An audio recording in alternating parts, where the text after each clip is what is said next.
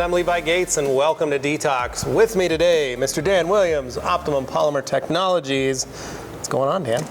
You know, just doing a little detox. That's right. So Dan's got the Optimum Synergy podcast. If you haven't listened to it, if you haven't subscribed yet, you need to. He's got a ton of episodes. He's got technical episodes. He's got kind of health and safety episodes. He's got, you had a tax man, everything. We cover it all. Anything and everything that has to do with detailing or even any of the Optimum product line. Even Dr. G gets on there and talks science. A couple times a year. Yeah, it's a good one to listen to, especially if you've got those questions. It's good to listen to it, and then you can try and hopefully it'll answer most of your questions. But today we're going to talk about interiors, cloth and leather seats, the difference in cleaning them, and just how the surfaces have changed throughout the years. You know, I'm thinking back. I don't think I've ever had a car with leather seats. Personally? Personally.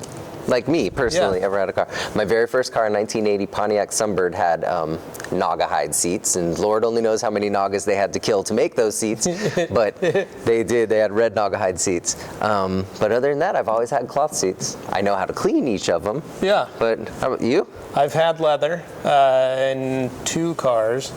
My first minivan, which was a Town and Country, and our new Camry has leather. Which do you prefer? Well, I like my Camry because it has tweed inserts in the middle of it. So it's black leather with a tweed insert, so it's not... The bolsters are leather? Yep, so the bolsters are leather, and the seating center and the back is tweed, and then the uppers are all leather. It's all Donnie and Marie. Yeah, a little bit country, a little bit rock and roll. Right, so it's not so cold when you get in. That was the thing I always hated, was you get in, like in our van, you get in, you're like, oh my gosh, these seats are so cold, and it didn't have seat heaters. And so it was just freezing. That's the only reason I didn't like leather. So this one, I was like, oh, hey, well, best of both worlds. Seats aren't too cold now when I get in. How about for your legs? Like, it's really not fashionable for guys to wear very short of shorts, but women drive cars too? I don't know. I'd have to ask my wife. I don't know. She's not a very short gal either. Do they stick on leather seats, or is that an issue?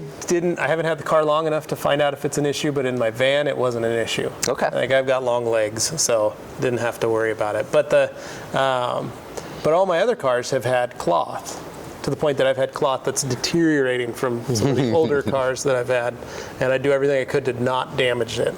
But one of my favorite products, though, that I will state, and you and I agree on this 100%. I already know what he's going to say. Is the Optimum Carpet Fabric Clean and Protect. If you haven't bought it, used it, tried it, you honestly don't know what you're missing. The very first time I used it, I was completely blown away. I've never used a product similar to that. Yeah, I used to use a 2-component product from a carpet cleaner emporium place where carpet cleaners, residential, carpet cleaners would get it, and it was a non-surfactant and a citrus based solvent that you'd had to mix together to use. And then when this product came out, it's so easy to use. You vacuum everything off, you mist the product on, you take your horsehair brush. You can mix it 3 to 1. Yeah. Which is amazing too. Brush it with a horsehair brush, and everything is just gone.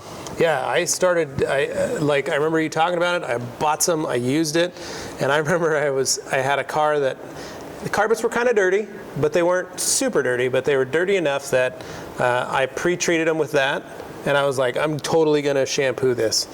And I sprayed it, I scrubbed it, and then as I was scrubbing it, the dirt just started disappearing, and I was like, the carpet's coming out pretty nice. I may not, I'll just drop the brush and out. Yeah, basically, I was like, I don't think I have to do it. So I finished cleaning the rest of the car, and I came back and I just vacuumed it. Carpets looked amazing. Customer was happy, and I just told him, I said, I'm going to give you a little bit of a discount because I didn't fully shampoo. I'm trying out this new product. Tell me what you think. If in a month or less the carpets change or act funny or come back, let me know. We'll take care of it. But wow, I'm just going to do. I wanted to know. And never had an issue. They were like, nope, carpets are great. Thanks, looks awesome. Crazy. And then all of a sudden, my guys started using it, and we use only O&R in our carpet extractor, and that's it. Some of my guys, if the carpets aren't that bad, they literally just mist the carpets and the seats with the Carpet Fabric Clean and Protect, give them a quick scrub, call it good, come back, do a final vacuum after they've finished everything before they pull the car out, and that's it. And that has saved us so much time, because now we're not pre-treating. Before, the old way was we pre-treat, we'd scrub, we'd extract, then we'd vacuum and dry again after we've cleaned everything, and or the carpets would be wet or any of that stuff. But because we're using such such a minimum amount of product, the carpets are dry, to the point that I actually had a customer that called to tell me that when he picked up his car, his carpets were dry. I've told this story in another one, but he was furious, didn't think we shampooed his carpets because they weren't are they sopping clean? wet. And I said, but they're clean, right? And he's like, well, yeah. It's like, okay, well, we've done a lot of things to make sure the car's dry before we give it back to you. So that's one of the beauties of that product, and it works great on upholstery. I always use the product in tandem with a steamer or an extractor. So you do the same thing and then extract it out. And with the steamer, you're leaving some of the product behind like that. But gosh, I never took it and just, maybe for a spot here or there, but not for like an entire section of a car and just left it in. Only if it's a light, if it's a lightly soiled. On the heavier soilage, you're gonna have to clean it some more. It's gonna have to need a little more. You may have to extract it just to get that clean, but man, it saved. there was probably a good 40% of the cars that came through all of a sudden didn't need a full shampoo. I have a good little trick that I can maybe share. Those seats that are made out of microfiber, like they're in Ford pickup trucks, Yes, it's a fabric called Yes Essentials. They put it in every type of vehicle from 2007, 2006, 2007. All the manufacturers switched to this fabric. It's a recycled fabric. It's a very green-friendly fabric, but the problem everybody runs into is it stains horribly. Stains, and then when you try to clean it, you have a problem where the stain wicks back up from the foam that's underneath. But I figured this out. If you take your extractor, you hold it about a foot up and mist the water from the extractor onto it, so you're not saturating it. I think what the problem is too many of the guys are taking their extractor, holding it right down here, and it shoots foam full of water. Shoots it all down into the foam, so your foam's all wet. But if you hold it up here and you just mist it, it only gets that top layer of fabric wet, and then you just extract it out. Yeah, the other good trick to try with that type of fabric is using the Carpet Fabric Clean and Protect. If you have a Tornador foamer, this works really well. You can create your own foam, upholstery foam, and you can foam it onto those seats. Take your brush, scrub the seats if you want, and either pat dry them with a towel is one way, or Yvonne loves to use a rotary with a wool pad on it, and take that rotary and buff the seats. It'll help wick all that liquid out of the foam. It'll help it wick it out, but because of the way the foam is designed, it's not saturating. Like Dan's saying, it's almost the same effect as he's saying, where you're putting the water from a higher angle so you're not soaking. Yeah, and I've seen him do that, and I've seen the pad, collect a whole bunch of dirt on it. I just, personally, I just can't get my head to not want to extract that out. Yeah, and we've had to use it where I had a customer, it was a dealership, and they were trying to sell a truck to a customer, and the seats were destroyed. Truck had 20,000 miles on it. It was like a 14 F-150, and the seats were hammered. I cleaned them, then we took it back up to them. I said, it may need another round, and they brought it back down a couple weeks later. We went and picked it up, touched them up again for them, and got almost, I'd say 98% of the stains out of the seats. They looked really good, and we were really impressed. Dealership was really impressed, but they had a customer that walked that truck, said, love the truck, I'll buy it. Got to get those little stains out of the seats. Can't get those. I don't want it. Don't want to buy that truck. Those stains. And they called me and said, you're going to hate us. We need to get that truck back in, get those stains. I said, that's fine. We're charging you for it. It's no problem. They were totally happy because they wanted to sell that truck. And we got it back, and I tried Yvonne's method and did the foam and buffed the seats because I didn't want to make them wet again. Were the stains wicking back up, and that's? I don't know. They were pretty dark, little tiny stains. I mean, the size of a dime on each one of them. It wasn't like a big coffee stain that kept wicking up, but they were just little dime. And I was like, man, I just can't get these out. And so I called him, and he said, just try it, see what you think. And so I did it on that car, and I finished. And I walked into my shop and I grabbed Matt and I said, I need you to come out and look at this for me because I can't see anything. My eyes are like looking at this pattern and I'm trying to look at this little dime in the seat cushion that's a little slight discoloration. I was like, I can't see it anymore. I want to make sure I'm not crazy. And he came out, looked at it, said, yeah, it looks good. I said, well, let's crank the heat up, let's run this truck. And we turned the heat on in the car, let it sit, run and idle for like an extra hour and a half just to dry it so I could make sure nothing came back. And before we took it back up there, and they ended up it worked. We got rid of it, sold the truck, and went on down the road. There's so many ways to do it. But it was amazing. But it was Carpet Fabric Clean and Protect. It's an amazing, amazing product. The same with leather.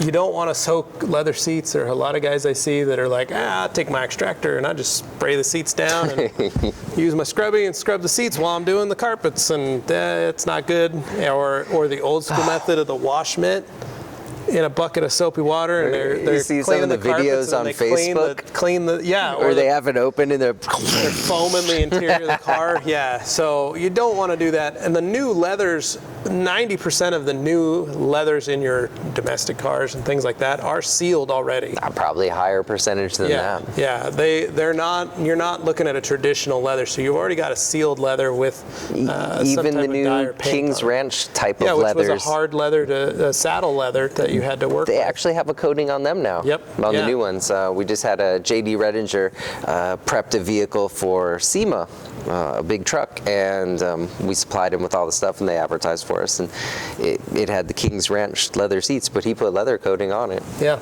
and before you couldn't because it was a saddle leather, untanned. Like a raw leather. Yeah. That kind where if you drip some water on it, it makes a big water spot. Yeah, so you had to be really careful about those. But most of the leathers you're going to see, you can clean up very simply, either with O&R, a scrub brush, or a soft bristle brush. I like using the new little microfiber brushes. We actually have one here. If Anthony could get over there and grab it off the shelf, I'll show you.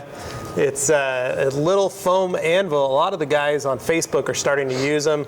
They're starting to love them. I find it's the only true way to fully deep clean leather is you can get it to finally come out. All day Anthony's handing me one of these little guys right now. But this is it. It's just a small little anvil. And that's it? That's the whole bristle? Yep, and that's a super thin microfiber bristle. I like using these because you can go up to any seat that's already been cleaned by somebody with a scrub brush, and you can hit it with this little guy and some cleaner, even just O&R. Don't put these in your O&R bucket. The O&R will actually soften them and break them down. Kind of feels like the texture of one of those magic eraser. Kind of, things. but it's not. It's very small fibers, microfiber. It's not like the magic eraser, but they come in different sizes. Most of them look like this, but if you haven't tried one of these on interior leather and even plastics, this is amazing. This changed my life. We started using these a couple years ago, and they're unbelievable. So you can find them on Amazon. You can find them your local jobber. Will have those, but this is phenomenal when you're cleaning leather, especially light colored leather, even dark colored leather. It's pretty amazing. Favorite thing for me to clean leather with, a little bit of power clean maybe, or steam. Yeah. Dry vapor steamer with a triangle attachment keeps it high enough off of the leather, and you have a towel on the bottom, so it just emulsifies all the dirt that's in the grain of the leather, and it just collects right onto that towel. I would do that too. We would actually put a little steam on the seat, and because this is so soft, it's not going to damage the leather. We'd scrub the leather with this. You ever get those things where you're trying to use the steamer and you're kind of using it more on where it's like really on point, yeah, and you like carve a big line into the leather. Yeah, it's not good. Yeah. Not fun. But these work great. Steamers work great. Soft bristle brushes, like a boar's hair brush or any of those kind of things.